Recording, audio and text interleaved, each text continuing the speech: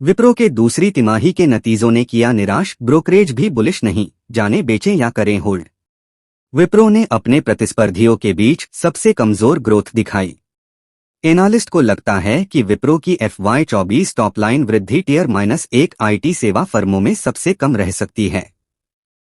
हालांकि अधिकांश ब्रोकरेज विप्रो को लेकर बुलिश नहीं हैं, लेकिन उन्होंने कहा कि स्टॉक वैल्यूएशन उचित है, इसलिए इसकी रेटिंग को नहीं घटाया है। आईटी सेक्टर की दिग्गज कंपनी विप्रो ने अपने प्रतिस्पर्धियों के बीच सबसे कमजोर ग्रोथ दर्ज की।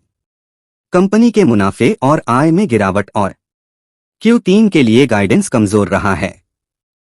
इससे एनालिस्ट को लगता है कि विप्रो की FY24 टॉपलाइन वृद्धि टियर -1 आईटी सेवा फर्मों में सबसे कम में से एक होगी।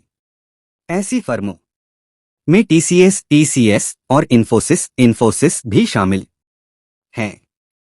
हालांकि अधिकांश ब्रोकरेज विप्रो को लेकर बुलिश नहीं हैं, लेकिन उन्होंने कहा कि स्टॉक वैल्यूएशन उचित है, इसलिए इसकी रेटिंग को नहीं घटाया है। आज सुबह 9:32 बजे नेशनल स्टॉक एक्सचेंज पर विप्रो का शेयर 392.80 रुपये पर कारोबार कर रहा था। मोतीलाल ओसवाल ने कहा कि अच्छी डील हासिल करने के बावजूद तीसरी तिमाही में नरमी जारी रहने की उम्मीद है। इसकी वजह यह है कि कंपनी ने कांस्टेंट करेंसी में -1.5 से -3.5% के बीच रेवेन्यू परफॉर्मेंस के लिए गाइडेंस दिया है।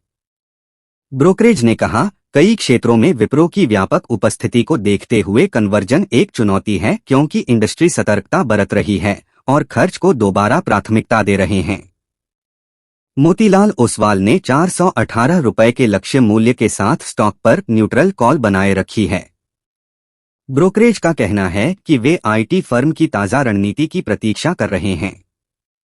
वे स्टॉक पर ज्यादा कंस्ट्रक्टिव होने से पहले पिछले दशक में इसके संघर्ष से एक सफल टर्नअराउंड का इंतजार कर रहे हैं। HSBC ने कहा कि विप्रो पर निस्संदेह रुपये से डिमांड कमी और बाजार हिस्सेदारी घटने के स्पष्ट संकेतों का असर हुआ है। HSBC ने 350 रुपये प्रति शेयर के लोअर टारगेट के साथ स्टॉक पर होल्ड रेटिंग बनाए रखी है। उन्होंने कहा, विप्रो कम वैल्यूएशन और कमजोर बिजनेस ट्रैक्शन के बीच फंस गया है। नोमुरा ने भी 400 रुपये के टारगेट प्राइस के साथ विप्रो पर होल्ड कॉल दी है। उन्होंने कहा कि कंपनी की गैरजरूरी डिमांड कमजोर बनी हुई है। उन्होंने कहा कि तीसरी तिमाही के गाइडेंस से पता चलता है कि कमजोरी जारी रहने की उम्मीद है। गोल्डमैन सैक्स ने विप्रो पर बेरिश नजरिया पेश किया है। इन्होंने 380 रुपये के लक्ष्य मूल्य के साथ काउंटर पर बिकवाली की सलाह दी है।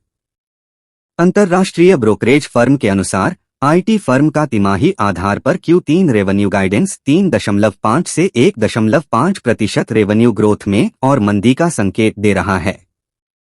इन्होंने FY24-26 EBIT/EPS अनुमानों में 8% तक की कटौती की है। नुवामा इंस्टीट्यूशनल इक्विटीज ने कहा कि विप्रो अपने प्रतिस्पर्धियों से कमजोर प्रदर्शन करेगी। इसका मुख्य कारण डील मिलने और टॉपलाइन ग्रोथ के बीच समन्वय कम दिखाई दे रहा है। उन्होंने 390 रुपये के लक्ष्य मूल्य के साथ स्टॉक पर होल्ड कॉल को बरकरार रखा है। उन्होंने कहा, स्टॉक का सस्ता वैल्यूएशन और हाई डिविडेंड यील्ड मध्यम अवधि में गिरावट की संभावना को सीमित कर सकता